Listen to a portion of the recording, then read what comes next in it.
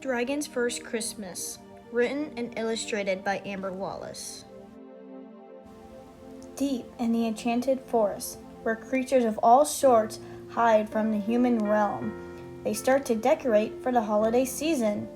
Birds flew from tree to tree, dragging garland in their claws and allowing the beautiful ribbon to spread out through the forest. Pocket elves and dwarves helped decorate the trees with lanterns filled with fireflies and ornaments. Every creature of every shape and size did their best to help spread the Christmas cheer. But deep in the enchanted forest, in a dark cave, laid a mighty dragon. He slept in the depths of the cave, snoring, oblivious to the ongoings just outside his home. Dragon was dreaming of eating his latest catch when he heard clipping and clopping of hooves rattling in his head. Dragon gritted his teeth and shut his eyes tighter to drown out the noise. From inside his cave came Fawn, a satyr-like being, her hooves clipping on the hard cave floor. She pranced over to the sleeping dragon and carried ribbon in her small hands. "Oh, dragon," Fawn said, prancing around him as he opened his eyes to see his friend, wondering why her normal smug attitude turned joyful. Dragon sighed. "Hello, Fawn," he mumbled and closed his eyes again. "Oh, come on now, Dragon. Don't tell me you're going to sleep on this day," Fawn huffed, wrapping a ribbon around the stalagmite. "And what day would that be?" Dragon asked, watching Fawn with the ribbon. Fawn gasped. "Why, it's Christmas Eve, of course," she exclaimed. "Have you been living under a rock or something?" Dragon grumbled and went back to his nap. "Hey," called a voice from the other end of the cave. Dragon opened his eyes and Fawn turned her head to see their feathered friend Rook flying into the cave. Rook, only half the size of her vertebrate kin, flew up to the others and landed on one of Dragon's horns. "Guess who I found moping around the forest?" Rook pointed with her wing to the entrance of the cave when Fenrir, a pessimistic wolf, came in. "I wasn't moping," Finward said as he joined the others. Sure, Rook said and peered down at Dragon. "What's going on here? It's so dull." Dragon looked up at Rook. "I was sleeping," Dragon said, and Fawn snorted. "He was trying to sleep Christmas away," she said, and Rook gasped. She flew off Dragon and settled on a stalagmite. "I can't even look at you right now, Dragon," Rook said, turning her head away, making Dragon roll his eyes. Finward settled over by Dragon and stretched out across the cold cave floor. "And I thought I was the only one here to be uncheery," the giant wolf said. Dragon snorted at Fenrir. It would appear that Dragon was not going to have the nap that he wanted.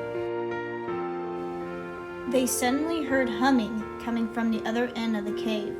Rook cawed happily, and Fawn clapped her hands and hooves. "Jingle bells," they heard the familiar voice sing. "Sage!" Rook said and flew over to Sage. Sage came strolling into the cave with a box in her hands. Rook landed on the young human girl's shoulder. She rubbed her head against Sage's cheek. "Hey, Rook," Sage greeted the bird. "And here we thought you'd never come," Fawn said, galloping over. "Why, I would never miss celebrating this glorious holiday with my friends," Sage said. "It's unheard of." Sage placed the box down and went to greet Dragon. "Hello, Dragon. Hello, Fenrir."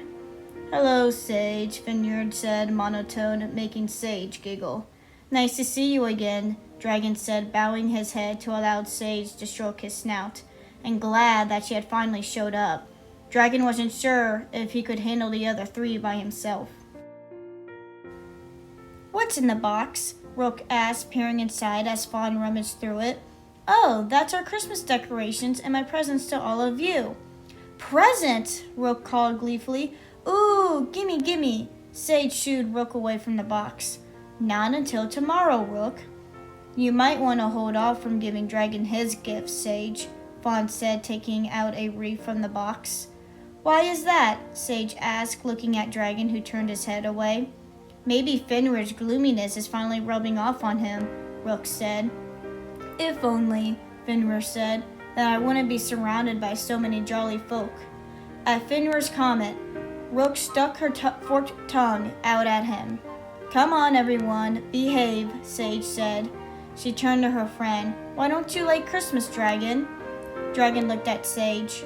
It's not that I don't like Christmas, it's that I've never celebrated it before. That made Rook gasp.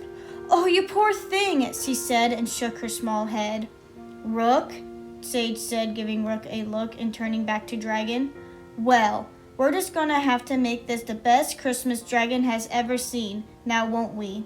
It was agreed. This was going to be Dragon's first Christmas, and he wanted it to be spectacular. Together, Sage, Fawn, Rook, and even Fenrir helped decorate Dragon's cave. Rook took the ribbon and wrapped around the stalagmites above.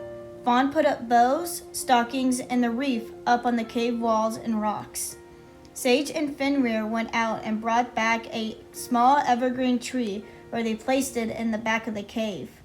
When the tree was all settled and secured, they all started to decorate the tree with ornaments, tinsel, garland, and ribbon. Dragon's once plain, boring cave was now covered in beautiful holiday decorations. Dragon was impressed with the decorations, and his mood had quickly changed. Everyone stood in the center of the cave and looked in awe at their work. Even the gloomy Fenrir seemed to be less gloomy. Pulling her blue hair back, Sage walked over to the box and took out a star. Now all there's left to do is put up the star, she said and looked to Dragon. You care to do the honors? Dragon looked surprised. Me? He said, pointing to himself. Sage rolled her eyes and smiled. Yes, you, she said to Dragon and handed him the star. Dragon took the star in between his teeth and went over to the tree. He stretched his mighty neck and placed the star on top. Everyone cheered when he did so. Dragon smiled at his accomplishment. Suddenly, a piece of tinsel fell from the tree and landed on Dragon's snout. Dragon crinkled his nose, and it felt it to start to tickle. Achoo! As Dragon sneezed, he blew out a flame that set the Christmas tree on fire. Everyone gasped as they watched the tree burn with the presents that rested at the bottom. Dragon tried to put out the fire by flapping his wings at the tree, but the flames ate away the tree until it was nothing more than a charred stick. The Christmas tree, along with the presents, were all destroyed. Dragon, filled with sadness and rage, stormed past the others. This is why dragons don't celebrate Christmas, he said harshly. We destroy anything that's flammable. Dragon marched over to the other end of the cave and lay by its entrance. He wanted to be left alone. Fawn, Rook, and Fenrir looked at each other and went over to inspect the charred tree. Sage sighed and shook her head. She walked over to Dragon and sat down next to him. I want to be alone, Dragon grumbled and turned his head away from Sage. No one should be alone on Christmas, not even dragons, Sage said and looked up the starry night, watching as the aurora lights danced among the stars. But I ruined Christmas, Sage smiled. No, you didn't, she said. You can't destroy Christmas. It isn't a physical thing. Dragon turned to look at Sage. Christmas trees, decorations, presents, they're all material things that help bring Christmas to life. But we don't need those things to enjoy this holy day. Being around loved ones is all you really need. You worked really hard to decorate my cave, though, Dragon said, and Sage shrugged. Yeah, and we're gonna work really hard when we have to take it all down from the season. Sage giggled. And your presents, I bet those don't come cheap. Again, Sage shrugged. All things I can get again. She smiled up at Dragon. You're overthinking this, Dragon. Nobody's mad at you. She waved over to inside the cave where the other three started to gather around them. It's true, Fawn said, leaning against Dragon's side. Who needs a silly tree when we have a forest full of them? Rook said, landing on Dragon's horn. I think your cave looks better without all the bright colors that I can't even see, Fenrir said, making everyone laugh. Is that why you're gloomy all the time? Rook said. Because you can only see in black and white. Fenrir slyly tucked his tail between his legs. Everyone laughed again. It's not always black and white, muttered Fenrir. See, Sage said to Dragon, and Dragon did see. He smiled down at his human friend and nuzzled her. Thanks, Dragon said, and Sage smiled. Suddenly, Rook gasped and flew outside the cave. "Look, everyone," she said. "It's snowing. It's a white Christmas." The others joined Rook outside the cave and watched as the snow drifted down to earth and covered it in a white blanket. "It's beautiful," Fawn said, reaching her arms up to the sky to see if she can catch the cold flakes. "Indeed," Fenrir said, and shivered when a snowflake landed on his nose. The others laughed. Rook flew around and stuck out her forked tongue to catch the snowflakes. A cold breeze blew past, making Rook land on Sage's shoulder.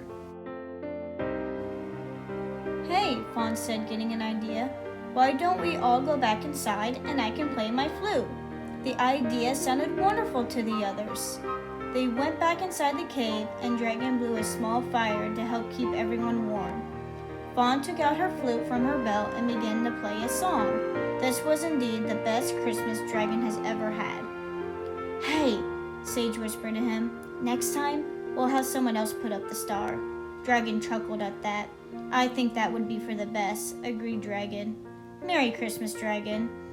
Even though Dragon's first Christmas didn't start out so well, it did have a happy ending. Throughout the rest of that white Christmas evening, Dragon and his friends laughed, danced, and told stories. Most importantly, they spent it together, which was the best gift of all.